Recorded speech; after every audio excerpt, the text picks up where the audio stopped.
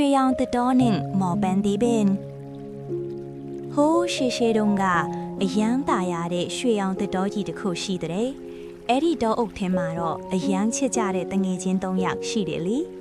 တယောက်ကတော့ထက်မြက်တဲ့ယုံကလေးဖြူဖွေးနောက်တစ်ယောက်ကတော့ခွန်အားပလအကောင်းနဲ့ဝဝံလေးလုံတုံးနောက်ဆုံးတစ်ယောက်ကတော့စကားပြောရင်တချင်းဆိုနေတယ်လို့ချိုတာတဲ့ညစ်ကလေးတေးတေးတဲ့တနေ့မှာတော့တငယ်ချင်း၃ယောက်ဟာတောအုပ်ရဲ့အလေကောင်ကိုလမ်းလျှောက်ထွက်လာကြရင်ထူးထူးဆန်းဆန်းတောက်ပနေတဲ့ပန်းသီးပင်ကြီးတစ်ပင်ကိုတွေ့လိုက်ရတယ်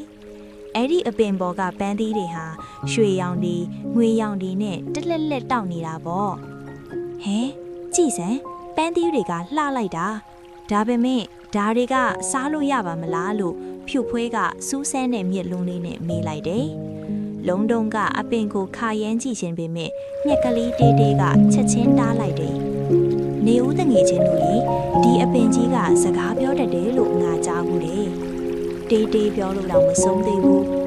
ဦးဆိုတဲ့အတန်ကြီးနဲ့အတူအပင်မှာမျက်လုံးတွေပါးစပ်တွေပေါ်လာပြီးစကားပြောပါလေတော့ကလေးတို့ရေဒီပန်းသီးကိုစားခြင်းရင်မင်းတို့ရဲ့အကောင်းဆုံးအရေးအချင်းတွေကိုပြရမယ်ဒါမှသာဒီပန်းသီးတွေကမင်းတို့အတွက်ဆုလာပြီးဖြစ်လာမှာပါ